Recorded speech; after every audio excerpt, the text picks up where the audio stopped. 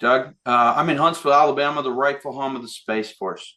I call myself a center right guy. I was a Biden in 2020.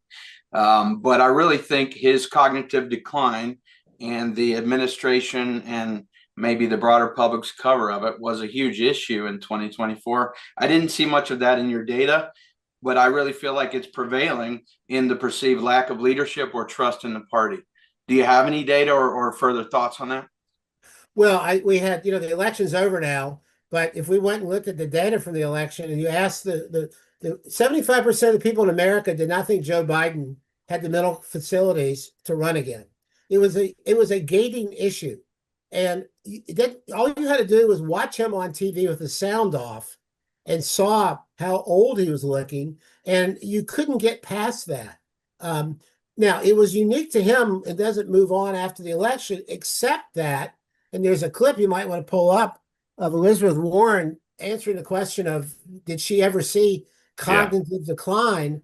And if so, why did she not say he had it? And she looked at the end of that 60-second clip like she was ready to die. Do you regret saying that President Biden had a mental acuity? He had a sharpness to him. You said that up until July of last year. I said what I believe to be true. And you think he was as sharp as you? I said I had not seen decline. And I hadn't at that point. You did not see any decline from 2024 Joe Biden to 2021 Joe Biden? Not when I said that. The thing is, he was sharp. He was on his feet. I saw him live event. I had meetings with him a couple of times. Senator, on his feet is not praise. He can speak in sentences is not praise. All right. Fair enough. Fair enough. Look, the question is, what are we going to do now? Okay. And that is going to stick with Democrats, which is, you knew it and you didn't say anything. And this reinforces the notion of elites running the country and not being on the level. Well, even Harris's immediate response after the awful debate to Anderson Cooper, I think it was on CNN. I mean, it was just a blatant attempt to cover it with a half-baked answer, and that was on the spot. But it stuck with her. It feels. Also, though, it insults the intelligence of people. Yeah. So he used to say, I don't know if I'm supposed to, well, I can or can't say on the. It's an old saying, don't piss on me and tell me it's raining. Yeah. Brian, you're right to point to what the then vice president said after the debate. But I go back to, I don't know Joe Biden particularly well.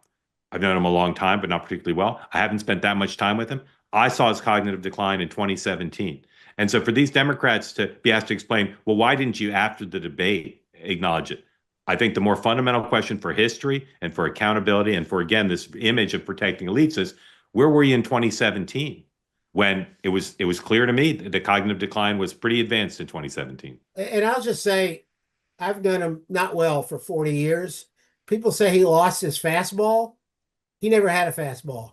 Yeah, well, that's another important issue. But he had like a slurve or some sort of weird knuckleball pitch. Brian, thank you. Hey, want to be part of the two-way community all the time? Hit the subscribe button. Great video clips like this, plus conversations like no other, full episodes and more, always available on this channel. You got to hit subscribe to never miss a thing.